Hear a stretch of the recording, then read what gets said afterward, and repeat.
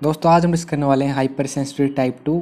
इससे पहले हम टाइप 1 ऑलरेडी डिस्कस कर चुके हैं लास्ट वीडियो के अंदर, और इस वीडियो के अंदर हम देखेंगे कि इसका मैकेनिज्म ऑफ एक्शन और किस टाइप कैसे हाइपर सेंसिटिव टाइप 2 आपकी बॉडी के अंदर होती है। तो दोस्तों जैसे हमने पहले वीडियो में डिस्कस किया था कि आपकी हाइपर सेंसिटिव 4 टाइप की होती हैं, 1 2 3 4।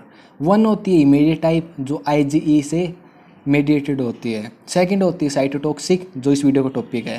थर्ड होती है इम्यून कॉम्प्लेक्स, मतलब इम्यून कॉम्प्लेक्स बना के आपका हाइपर सेंसिटिविटी करवाता है। फोर्थ होता है डिलेड टाइप। तो सेकंड जो साइटोटॉक्सिक है, इसका मतलब क्या है कि इसका किलिंग जो डिस्ट्रॉय करने का जो तरीका है, हाइपर सेंसिटिविटी करने का तरीका है, वो आपका CD8 सेल है ना, साइटोटॉक्सिक किलर सेल होता है, उस जैसा ही होता है। तो जैसा मेन मैकेनिज्म होता है साइटोटॉक्सिक हाइपर सेंसिटिविटी टाइप 2 का, वो होता है साइटोटॉक्सिक मैकेनिज्म, ठीक है। और एक बहुत कम पार्ट होता है इसका नॉन साइटोटॉक्सिक मैकेनिज्म। पहले हम इसके नाम देखेंगे, टाइप देखेंगे, फिर हम देखेंगे कैसे ये दोनों पाथवे आपके मैकेनिज्म ऑफ हाइपर सेंसिटिविटी करवाते हैं। तो पहले हम बात करते हैं आपका साइटोटॉक्सिक जो मेन इसका मैकेनिज्म है। तो मेन मैकेनिज्म दो टाइप की हो सकता है दोस्त। एक तो आपका जो कॉम्प्लीमेंट सिस्टम डिपेंडेंट है, कॉम्प्लीमेंट प्रोटीन है, उसको एक्टिवेट करवाए या उसके बाद आपका सेंसिटिविटी करवाए, हाइपर सेंसिटिविटी। सेकंड है आपका antibody dependent cell mediated cytotoxicity, antibody की हेल्प से डैमेज करे। दो तरीके हैं, कॉम्प्लीमेंट की हेल्प से या एंटीबॉडी की हेल्प से डैमेज। तो इसको हम ADCC बोलते हैं, और एक हमारा मैन पे हो गया कॉम्प्लीमेंट डिपेंडेंट। तो इसमें से हमको क्या समझना है कि जो आपका एंटीबॉडी है, एंटीबॉडी डिपेंडेंट, ये कैसे क्या करेगा। ये आपके एंटीजन दो टाइप के होंगे बॉडी के अंदर जो आपको हाइपर सेंसिटिविटी टाइप 2 करवाते हैं। एक आपका एक्सट्रिंसिक हो सकता है, एक इंट्रिंसिक हो सकता है। एक्सट्रिंसिक मतलब दोस्तों आपका बाहर से कोई एंटीजन आया और जो होस्ट सेल है उसके सरफेस पे या उसके अंदर जाके वो अटैच हो गया, ठीक है। Number 1 case. ये इसमें से क्या हो सकता है, देखिए, यदि आपका पेनिसिलिन RBC की सरफेस पर जाके अटैच हो गया तो हिमोलाइटिक एनीमिया होगा, RBC डिस्ट्रैक्शन होगा। यदि वो प्लेटलेट के ऊपर जाके अटैच हो गया तो प्लेटलेट का डिस्ट्रैक्शन होगा, डैमेज होगा, उसकी वजह से थ्रोम्बोसाइटोपिनिया हो सकता है। तीसरा है न्यूट्रोफिल के ऊपर जाके अटैच हो जाए तो न्यूट्रोपिनिया होगा। तो 3 केस ऐसे आपका डैमेज करवाता है। तो पहले हम समझ लेते हैं इसको एक्सटेंसिव को, फिर हम इंट्रेंसिव की बात करेंगे। तो पेनिसिलिन है, देखिए, ये हमारा RBC के ऊपर आके अटैच हो गया पेनिसिलिन।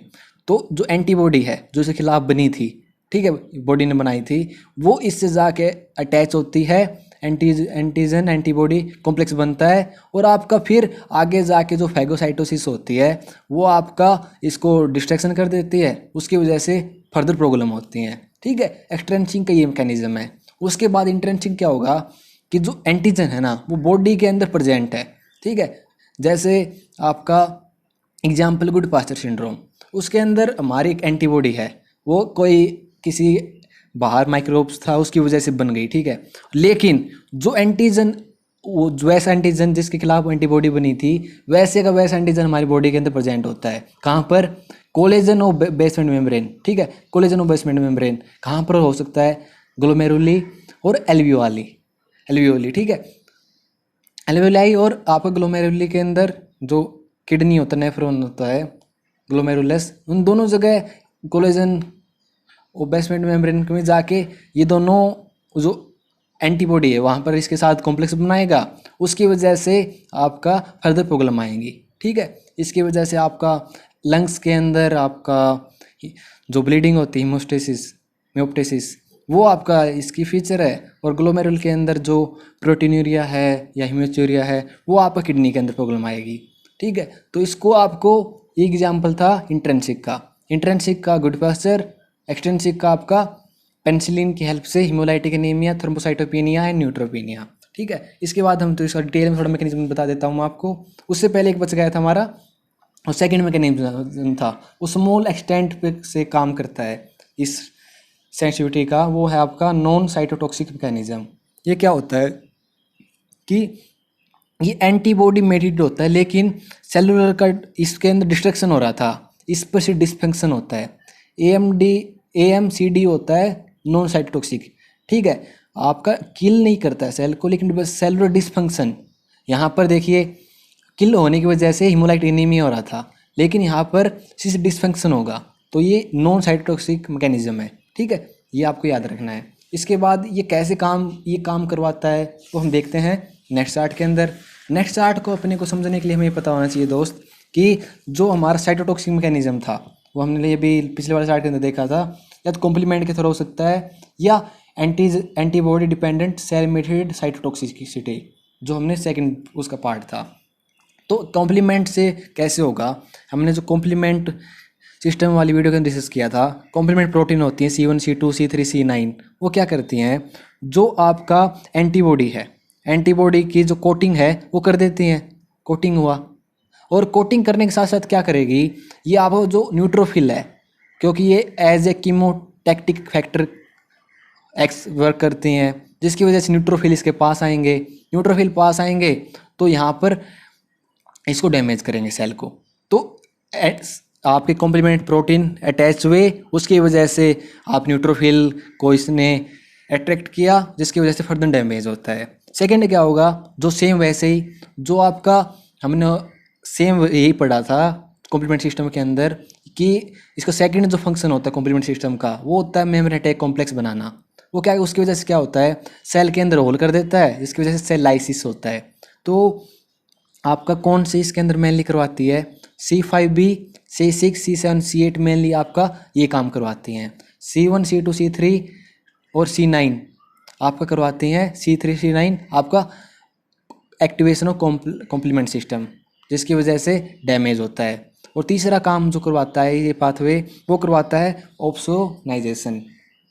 ऑप्सोनाइजेशन क्या होता है, मान लीजिए एंटीबॉडी है, एंटीबॉडी एंटीजन से अटैच है, इसकी कोटिंग कर देगी ये, ठीक है, ऐसे कोटिंग हो जाएगी। कोटिंग होने की वजह से क्या होता है, जो फैगोसाइटोसिस होता है, जो फैगोसाइटिक सेल करती हैं, उनकी लीजी हो जाता है और फैगोसाइटिक इजीली हो जाती है, उसी को बोलते हैं ऑप्सोनाइजेशन। ठीक है, ये 3 काम हुए आपके कॉम्प्लीमेंट सिस्टम के हेल्प से। सेकेंड होता है antibody dependent cell mediated cytotoxicity. ये कैसे होता है कि ये आप मान लीजिए सेल है, यहाँ पर आपका एंटीजन के साथ एंटीबॉडी अटैच है, उसकी वजह से क्या होगा कि नेचुरल किलर सेल के साथ इंटरेक्ट करेगी, जो आपकी करवाती है मेनली ये नेचुरल किलर सेल। इसके साथ इंटरेक्शन करने के बाद आपके जो टॉक्सिक ग्रेनुल हैं, परफोरिन ग्रेन एंजाइम, ये रिलीज करवाती है। ये रिलीज करने के बाद क्या होगा, ये इसको इस पर अटैक करेंगे और आपको जो सेल है उसकी डेथ हो जाती है। सेल डेथ आपका जो एपोप्टोटिक जो डेथ होती है, जो नॉर्मल होती है, वो ज़्यादातर इसके अंदर मिलती है।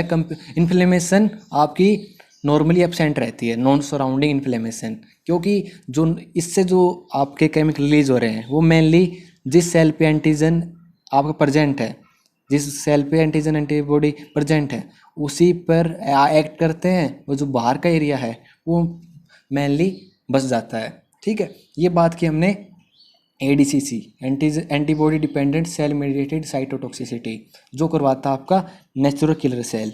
ये आपका कॉम्प्लीमेंट सिस्टम, ये नेचुरल किलर सेल। और जो लास्ट था नो साइटोटॉक्सिक मैकेनिज्म, उसमें क्या होता है कि जो एंटीबॉडी है वो आपका क्या करती हैं, यहाँ पर मान लीजिए सेल है आपका सेल, तो यहाँ पर आके रिसेप्टर को ब्लॉक कर देती हैं। ब्लॉक करने से आपका इसका फंक्शन है इस रिसेप्टर का वो नहीं हो पाएगा, लेकिन इसका डैमेज तो नहीं होगा, लाइसिस तो नहीं होगा, तो इसलिए इसको डिसफंक्शन बोल रहा है। इसका एग्जांपल आपका मिस्थेनिया ग्रेविस एंड ग्रेव डिजीज़, इसका एग्जांपल है non cytotoxic antibody mediated cellular dysfunction. ये इस एग्जांपल 2 हैं, हमको नाम इसके एग्जांपल याद रखने हैं, मिस्थेनिया ग्रेविस और ग्रेव डिजीज़। हमने देखा था कि जो आप लास्ट वीडियो के अंदर एग्जांपल देखे थे हमने साइटोटॉक्सिक के अंदर एक्सट्रेंसिक के अंदर आपका पेनिसिलिन अटैच करती है, उसकी वजह से आपका हीमोलाइटिक एनीमिया, थ्रोम्बोसाइटोपिनिया, न्यूट्रोपिनिया बनता है। और जो आपका इंट्रेंसिक वो है एंटीजन, उसकी वजह से आपका गुड-पास्चर सिंड्रोम एग्जाम्पल था। आप एग्जाम्पल याद रखने हैं, आपको मैकेनिज्म याद रखना है। और ये जितनी बातें जितनी भी हैं वो आपके इसको समझने के लिए तो काफ़ी है ही, साथ साथ आपके इससे रिलेटेड MCQ है ना हाइपरसेंसिटिविटी 2, वो भी आपके लगभग 16 हो जाएंगे। इस वीडियो को एक बार आप फिर से देखिए, यदि आपको समझ में नहीं आया तो इसको एक बार, उसके बाद आप इससे रिलेटेड MCQ सोल्व कीजिए, आपके लगभग MCQ सोल्व हो जाएंगे।